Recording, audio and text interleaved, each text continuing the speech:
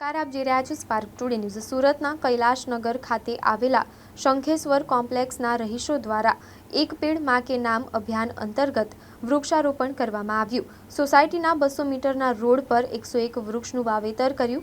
800 પરિવાર સોસાયટીમાં રહે છે અને 250 લોકોએ સોસાયટીના રોડની સફાઈ કરીને વૃક્ષારોપણ કર્યું। સોસાયટીમાં જાંબુ, લીમડો, પીપળો સહિતના અલગ અલગ પ્રકારના 101 વૃક્ષોનું વાવેતર કરવામાં આવ્યું। દિશાંગ પૂનમિયા આપના ગ્રુપનું નામ શંકેશ્વર કોમ્પ્લેક્સ ગ્રુપ જે कैलाशनगर એરિયામાં આવ્યું છે।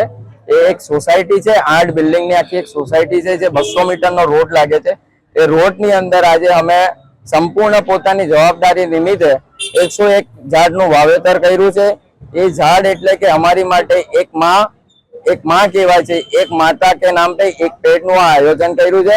મોદી સાહેબે 2024ની અંદર આ મન કી બાતમાં કાર્યક્રમમાં કહેવામાં આવેલું હતું કે એક વૃક્ષ लगाओ और एक माँ को उछेरो। એવી રીતે આજે અમે 101 માને ઉછેરવામાં આવ્યું છે। અને સુરત શહેરની અંદર સુરત રેલવે સ્ટેશનથી લઈને મજૂરા ગેટ એરિયાની સુધીમાં આ એક જ એવી સોસાયટી હશે કે આવતા 1 મહિનાની અંદર તમે જે કોઈ બી માણસ અહીંયાથી પસાર થાય તો એને એવું લાગશે કે આ ગ્રીનરી નહીં, આ ફોરેસ્ટ એરિયા બનવામાં આવશે।